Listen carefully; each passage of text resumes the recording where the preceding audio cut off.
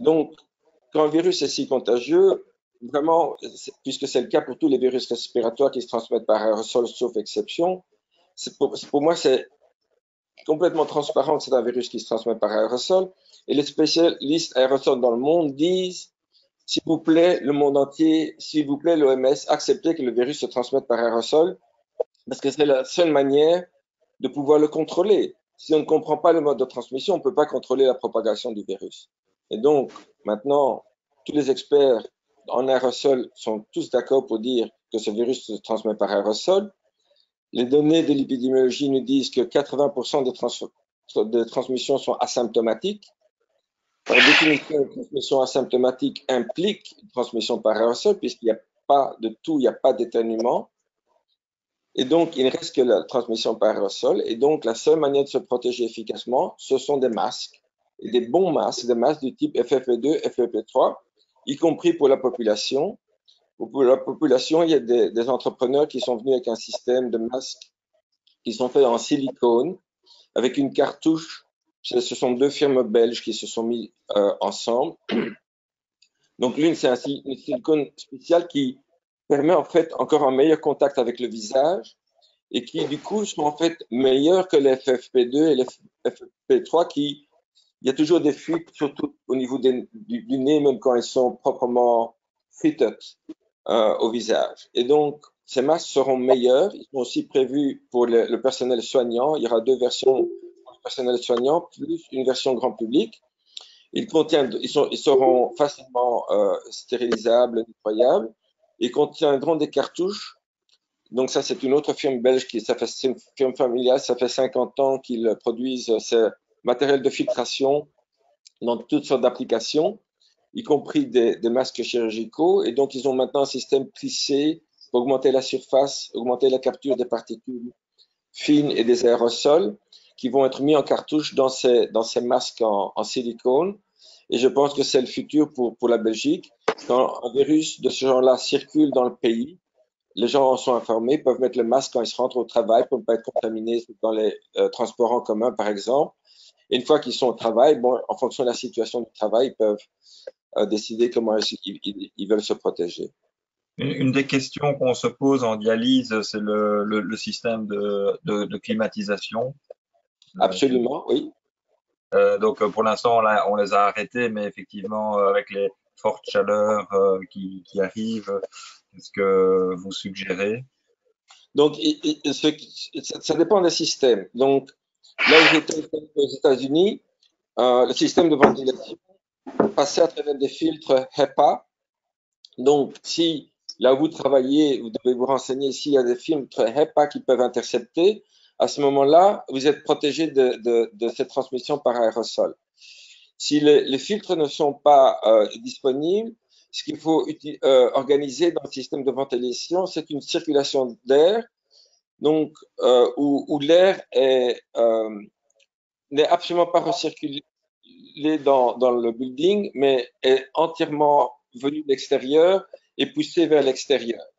Si on fait ça, on dilue constamment l'aérosol.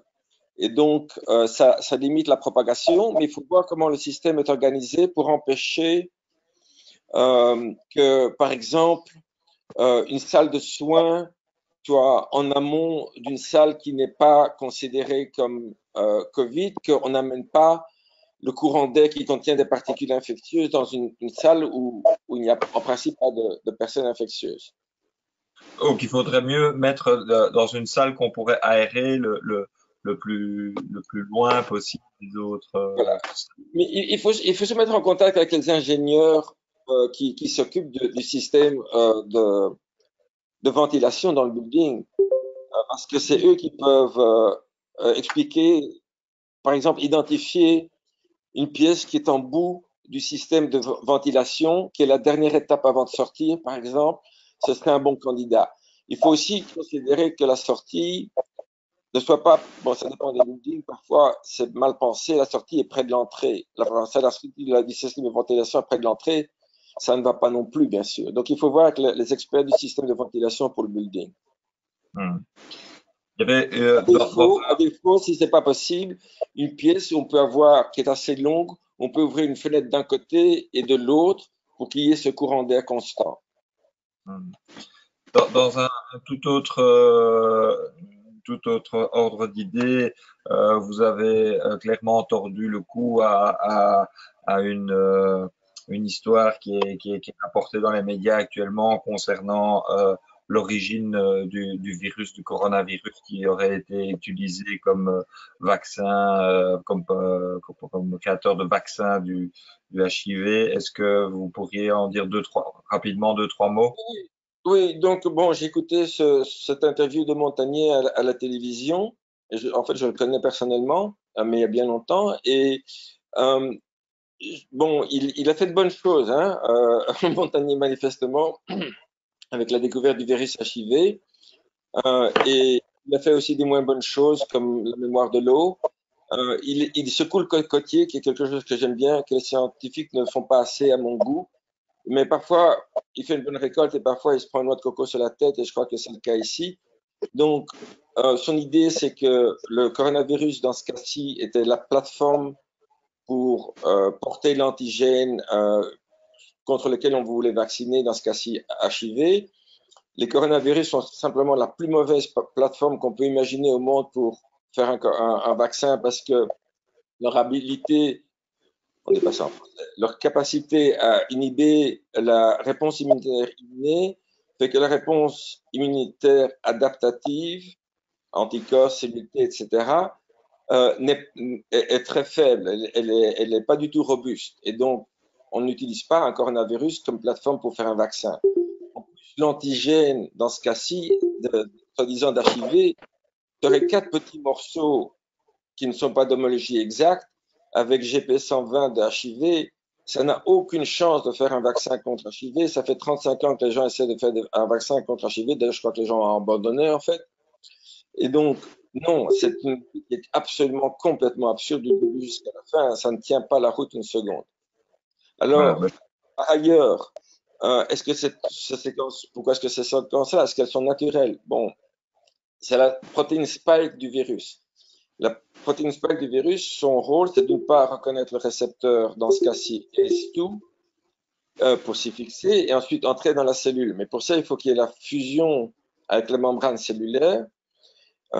Et pour faire cette fusion, il faut qu'une protéase de la cellule, pour la majorité des virus, pas tous, mais par exemple pas HIV, mais dans ce cas-ci, oui, c'est une protéase cellulaire, pour couper la protéine spike en deux et ainsi exposer le peptide de fusion qui permet au virus de faire la fusion avec la membrane et entrer dans le compartiment de la cellule où il peut se répliquer.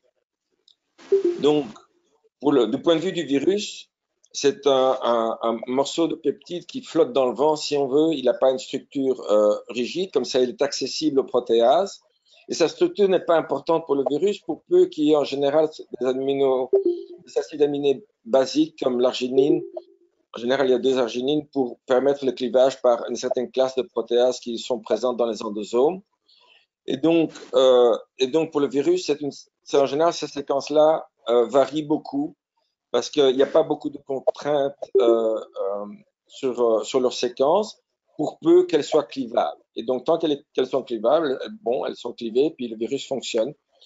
Et donc, quand on fait des comparaisons de séquences comme ils ont été faites par le groupe indien qui avait proposé la même idée il y a un certain temps, et puis ils ont retiré leur papier, et puis maintenant Montagnier, quand on fait ce genre de comparaison de séquences, si on se limite la comparaison entre le virus SRAS ou COVID-19 et le virus HIV, ben, on va toujours trouver quelque chose. Et c'est ce qu'on a trouvé dans ce cas-là.